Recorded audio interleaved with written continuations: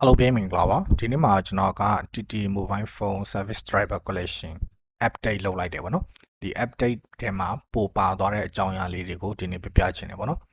အရင်ဆုံးကျွန်တော်တို့ update မှာ MediaTek driver ကိုကျွန်တော်တို့ဒီ O+ driver အမြင့်ပေါ့ဒီကောင်းရဲ့ကောင်းတဲ့အချက်ကသူက driver signature off လုပ်စရာမလိုတော့ဘူးအဲဆိုမိတ်ဆွေတို့က MTK ရောကွယ်ကွန်ရော driver signature off လုပ်စရာမလိုတော့ဘဲနဲ့ဒါလေး install မောင်းလိုက်တာနဲ့ပြီးပါနော်ဒီအောက်က driver သွင်းချင်တော့ driver signature off ပြီးတော့သွင်းရမယ်เนาะနောက်တစ်ခုကျွန်တော်တို့ထပ်ပြီးတော့ update မှာပါသွားလဲဆိုရင်ဒါ ADB တွေတော့ update လုပ်လိုက်တယ်เนาะကြီးကြီးမားမားအနေနဲ့ကကျွန်တော် USDC ပဲ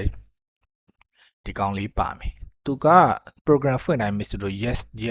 နှိပ်နေရတာကို disable လုပ်ချင်ပါเนาะ runners admin လေးနဲ့ run ပေးလိုက်အဲ့ဒါဆိုရင်ဒါ operation successful ပြသွားမယ်ပေါ့နော်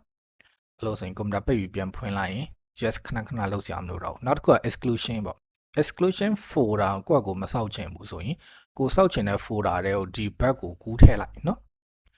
ကူးထည့်ပြီး right click runners admin နဲ့ပဲ run လိုက်အဲ့ဆိုအဲ့ folder ကို auto ပေါ့နော်ဒီမှာ exclusion နဲ့ကို auto သွင်းပြီးသွားမှာနော်ဒါဆိုရင်ဒါ exclusion folder မစောက်ချင်တဲ့ mystery အတွက်အဆင်ပြေမယ်နောက်တစ်ခုကကြာကျွန်တော် remote client ထဲမှာ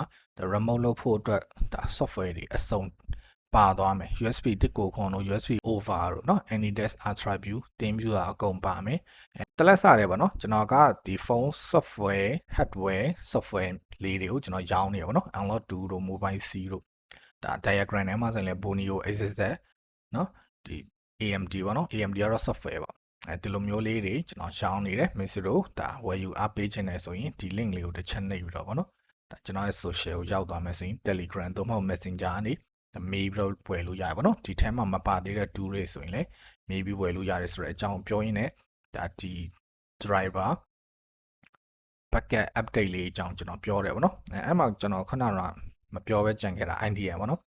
ဒီ IDM လဲဒါ reset trial အစ်စ်ဗောနော်ဒီကောင်ထည့်ပေးလိုက်တယ်အဲ့ဆိုမိတ်ဆွေတို့ idea မှာဟို